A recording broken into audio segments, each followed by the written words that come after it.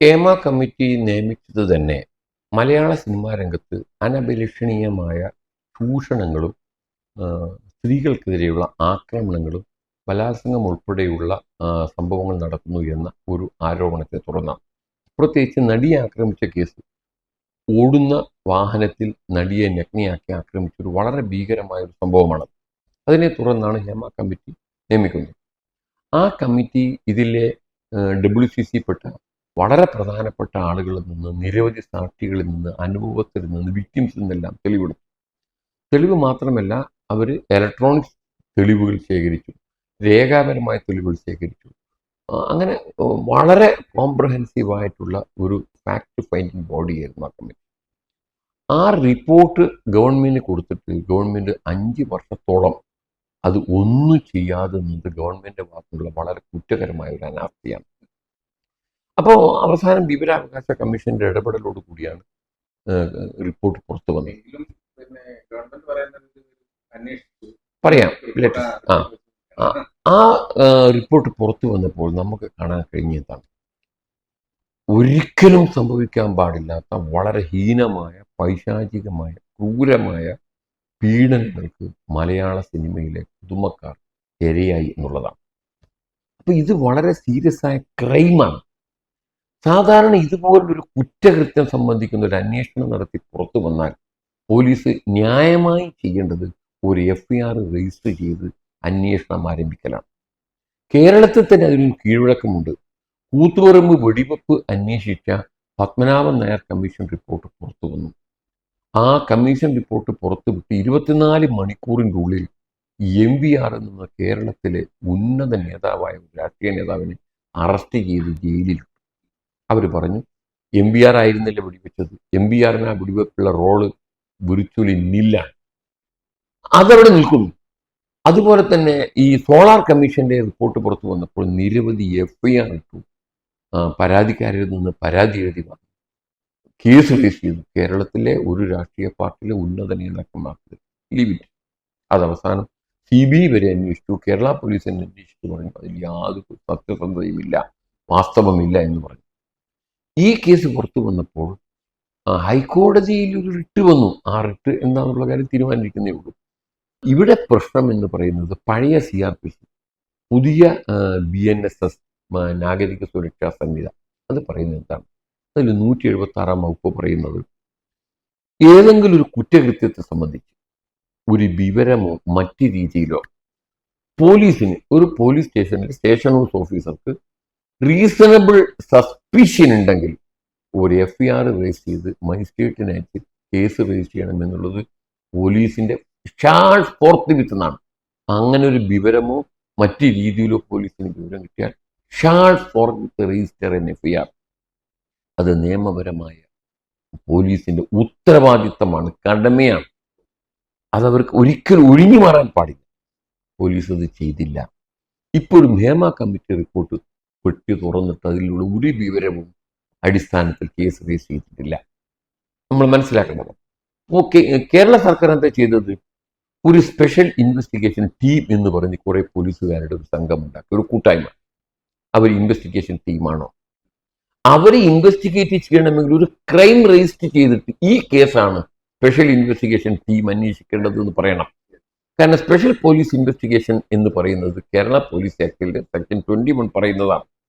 പോലീസിന് വളരെ ഹീനിയസ് ആയ, വളരെ സീരിയസ് ആയ, സാധാരണ പോലീസ് അന്വേഷിക്കാൻ കണ്ടെത്താത്ത കേസിനെ ഒരു സ്പെഷ്യൽ ടീമിനെ നിയമിക്കാവുന്നതാണ്. ഈ പുതിയ ടീമിനെ നിയമിച്ചിരിക്കുന്ന ഉത്തരവ് ഇനിയും പുറത്തു വന്നിട്ടില്ല. മുഖ്യമന്ത്രിയുടെ ഓഫീസിൽ ഒരു പത്രക്കുറിപ്പിന്റെ അടിസ്ഥാനത്തിലാണ് പുറത്തു വന്നിരിക്കുന്നത്. അങ്ങനെ ഒരു കേസും ഇവർക്ക് അന്വേഷിക്കാൻ കൊടുക്കാതെ ഇങ്ങനൊരു അന്വേഷണ സ്പെഷ്യൽ ഇൻവെസ്റ്റിഗേഷൻ ടീം രൂപീകരിച്ചാൽ അത് സ്പെഷ്യൽ ഇൻവെസ്റ്റിഗേഷൻ ടീമല്ല, അത് സ്പെഷ്യൽ ടീം മാത്രമാണ്. ഞാൻ ചോദിക്കുന്നു, ബഹുമാനപ്പെട്ട മുഖ്യമന്ത്രിയും പോലീസ് മേധാവികളും മറുപടി പറയേണ്ടതാണ്. ഇവർ ഒരാളെ സമൻസ് അയച്ച് വിളിപ്പിക്കുന്നു. അതിന് പഴയ CRPCയിൽ ഒരു 160 വകുപ്പാണ്. അതിൽ പറയുന്ന ഏതെങ്കിലും കേസ് അന്വേഷണത്തോടനുബന്ധിച്ച് ഒരാളുടെ സാന്നിധ്യം, അയാളുടെ മൊഴി ആവശ്യമാണെങ്കിൽ വിളിച്ചു വരുത്താം. അങ്ങനെ സമൻസ് അയച്ചു കഴിഞ്ഞാൽ അയാൾ ചോദിക്കും ഏതാണ് കേസ്, പറയാൻ പറ്റും? കേസില്ല. ഏതെങ്കിലും ഒരു വീട് റെയ്ഡ് ചെയ്യണം, അതിനൊരു സെർച്ച് വാറന്റ് വേണം. അപ്പൊ പോലീസ് ഒരു മജിസ്ട്രേറ്റ് കോടതിയിൽ സെർച്ച് വാറന്റിന് അപേക്ഷ കൊടുക്കുന്നു. അപ്പൊ മജിസ്ട്രേറ്റ് കോടതിയിൽ ചോദിക്കും ഏത് കേസാണ്, ഏത് കേസിനോടനുബന്ധിച്ചാണ് സെർച്ച് ചെയ്യുന്നത്. അങ്ങനെ കേസുണ്ടോ? കേസില്ല. ഏതെങ്കിലും ഒരു വിക്ടിമിന്റെ രഹസ്യമൊഴി റെക്കോർഡാക്കണം. രഹസ്യമൊഴി റെക്കോർഡാക്കണമെങ്കിൽ അതും ഒരു മജിസ്ട്രേറ്റ് കോടതിയിൽ ഒരു ഹർജി കൊടുക്കണം. അപ്പോഴും അവിടെ ഒരു ക്രൈം നമ്പർ, FIR നമ്പർ ചേർക്കണം. മജിസ്ട്രേറ്റ് ചോദിക്കും ഏത് FIR അനുസരിച്ചിട്ടാണ് നിങ്ങൾ രഹസ്യമൊഴി റെക്കോർഡാക്കുന്നത്. അവിടെയുമില്ല. അപ്പൊ ഈ അന്വേഷണം, സ്പെഷ്യൽ ഇൻവെസ്റ്റിഗേഷൻ ടീം എന്ന് പറയുന്നത് ജനങ്ങളെ കണ്ണിൽ പൊടിയിടാൻ വേണ്ടി കേരള ഗവൺമെന്റ് തലത്തിൽ ഇങ്ങനത്തെ ഒരു ഫ്രോഡ് ഓൺ പബ്ലിക് പാടില്ലാത്തതാണ്. അതും ഇതുപോലെ വളരെ സീരിയസ് ആയ കേരളത്തിലെ ജനങ്ങളെ മുഴുവനും ആശങ്കാകുലമാക്കിയ സംഭവമാണ്. മുഖ്യമന്ത്രി പറയുന്നു പരാതി വേണം, പരാതി വേണം. ഒരു സ്ത്രീകൾക്കെതിരെയുള്ള പരാതിയെ സംബന്ധിക്കുന്ന വിവരത്തെ സംബന്ധിച്ച് പോലീസിന് ഒരു ഈ ഹേമ കമ്മിറ്റി എന്താ പറയുന്നത്? അവർ ചോദിച്ചു ചില വിക്ടിംസിനോട് നിങ്ങൾക്ക് എന്താ പോലീസിൽ പരാതി കൊടുത്തൂടെ, നിങ്ങൾക്ക് കോടതിയെ സമീപിച്ചൂടെ? അവർ പറഞ്ഞ റിപ്പോർട്ട് എന്താ, പിന്നെ മറുപടി എന്താണെന്നറിയോ റിപ്പോർട്ടിൽ പറയുന്നത്? ഞങ്ങൾ പോലീസിൽ പരാതിപ്പെട്ടാൽ, ഞങ്ങൾ കോടതിയെ സമീപിച്ചാൽ ഞങ്ങളെ ജീവന് മാത്രമല്ല ഞങ്ങളെ കുടുംബാംഗങ്ങളുടെ ജീവന് വരെ സുരക്ഷാപകടത്തിലാണ് എന്ന് പറഞ്ഞ ഒരു റിപ്പോർട്ട് മുഖ്യമന്ത്രിയുടെ കയ്യിലിരിക്കുമ്പോൾ മുഖ്യമന്ത്രി പറയുന്നു പരാതി, പരാതി. ഞാൻ ചോദിച്ചുകൊട്ടെ, ഈ സ്ത്രീകൾക്കെതിരെയുള്ള ആക്രമണത്തിന്, ബലാത്സംഗത്തിന്, സ്ത്രീകളെ മാനഭംഗപ്പെടുത്തിയതിന്, സ്ത്രീകൾക്കെതിരെ ബലപ്രയോഗം നടത്തിയതിന്, സ്ത്രീകളോട് ലൈംഗിക ആവശ്യങ്ങൾക്ക് വേണ്ടിയുള്ള ആവശ്യം ഉന്നയിച്ചതിന് പരാതി വേണം? നമ്മുടെ എറണാകുളം നോർത്ത് പോലീസ് സ്റ്റേഷനിൽ ഒരു ഫോൺ വിളിവിടുന്നു. ഒരു ഗ്രാമത്തിൽ മൊത്തത്തിൽ ഒരു ഗ്യാങ് പിന്നെ കൂട്ടബലാത്സംഗവും സ്ത്രീകളെ അത് ആക്രമിക്കുകയും ചെയ്തിരിക്കുന്നു. പോലീസ് എവിടെ എത്തിച്ചിരുന്നു? അപ്പോൾ പോലീസിന് ബോധ്യപ്പെട്ടു അവിടെ കൂട്ടബലാത്സംഗം നടന്നിട്ടുണ്ട്, സ്ത്രീകൾക്കെതിരെ അതിക്രമം നടന്നിട്ടുണ്ട്, സ്ത്രീകളെ മാനഭംഗപ്പെടുത്തിയിട്ടുണ്ട്. പോലീസ് പറഞ്ഞു നിങ്ങളൊരു പരാതി എഴുതിത്താൻ. അവർ പറഞ്ഞു ഞങ്ങൾ ആരും പരാതി എഴുതി തരാൻ ധൈര്യപ്പെടില്ല, ഞങ്ങളുടെ ജീവന് സുരക്ഷയില്ല. അപ്പൊ പോലീസ് പറയും സോറി, നമുക്ക് കേസൊന്നും എടുക്കാൻ പറ്റില്ല, നിങ്ങൾ പരാതി എഴുതി തരാത്തത് കൊണ്ട്. കോമൺ സെൻസ് അല്ലേ? നമ്മളെ മുഖ്യമന്ത്രി കേരളത്തിലെ ജനങ്ങളെ എത്ര കാലമാണ് ഇങ്ങനെ വിഡ്ഢിയാക്കുക? പരാതി എന്നിട്ട് പോലും 10ഓളം പരാതി പുറത്തു വന്നു, പരാതിക്കാർ മുന്നോട്ട് വന്നു. കൽക്കട്ടയിലെ ഒരു വിക്ടിമായ ഒരു സ്ത്രീ മുന്നോട്ട് വന്നു, അവര് പരാതി കൊടുത്തു. ഇവിടുത്തെ ഉന്നതനായ ഒരു സ്ഥാനം അലങ്കരിക്കുന്ന ഒരു സംവിധായകനെതിരെ പരാതി വന്നു. അപ്പൊ കേരള ഗവൺമെന്റ് ചെയ്യുന്നത് സ്ത്രീകൾക്കെതിരെ നടന്നിരിക്കുന്ന സംഘടിതമായ ഒരു കുറ്റകൃത്യമാണ്. I would say this is an organised crime. അതിനെതിരെ കേരള പോലീസ്, കേരള ഗവൺമെന്റ് മുഖം തിരിഞ്ഞു നിന്ന് വേട്ടക്കാർക്ക് പരിരക്ഷ നൽകാൻ വേണ്ടി ഒരു കമ്മിറ്റി ഉണ്ടാക്കി അവരുടെ മുമ്പിൽ ആളുകളെ വിളിച്ചു വരുത്തി.